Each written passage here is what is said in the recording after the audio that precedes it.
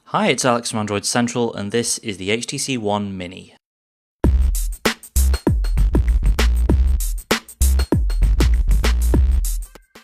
So the One Mini is HTC's take on a smaller version of the HTC One at a lower price point. As you can tell from the shape of the design language, it's a very close relative of the HTC One, the most obvious difference being the size. The Mini has a 4.3 inch screen compared to the original's 4.7 inches, and the resolution has been downscaled slightly as well, going from 1080p to 720, though on a panel this size, it still gives you well over 300 dpi. The design has also been tweaked, and there's a bit less metal and a bit more plastic on the One Mini. The back is aluminium, just like the HTC One, but the plastic trim now extends a little further around the sides, and it's got this glossy finish to it that's kind of reminiscent to last year's One X. And it's a really comfortable phone to hold and use, arguably more so than the larger version.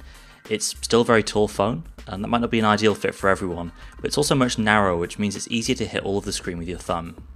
So there have been a few alterations, but despite these changes, it still ticks all the boxes you'd expect from a phone carrying the HTC One name.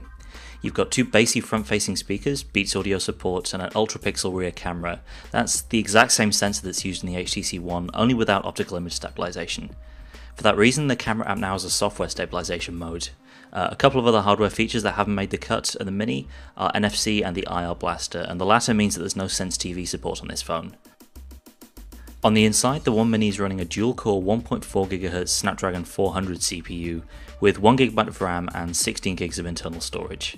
That's obviously a step down from the Snapdragon 600 powering the full-size HTC One, but in our brief time with the phone we found the performance in the Sense UI and regular Android apps was just as speedy with absolutely no lag. And in terms of software in general, you're looking at an experience that's almost identical to the full-sized One. The Mini comes with Android 4.2.2 Jelly Bean and HTC Sense 5, and it's packing all the bells and whistles from the latest 4.2.2 firmware for the HTC One. So you've got the blink feed home screen experience, a wide range of Sense widgets to customize your home screen, as well as Android 4.2 features like lock screen widgets.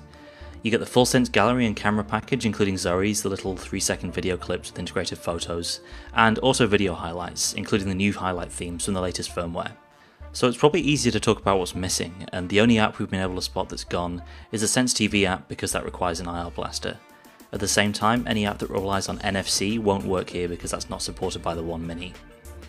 On the whole then, the HTC One Mini gives you the vast majority of the HTC One's features in a smaller, more ergonomic chassis, with the promise of a lower price point to boot.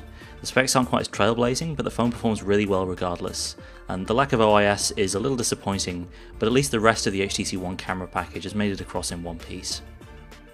Anyway, that's a quick look at the HTC One Mini. It'll be launching globally in August, and we should have carrier announcements before too long. We'll have much more on this phone as release approaches, but in the meantime be sure to head over to AndroidCentral.com for a full hands-on preview.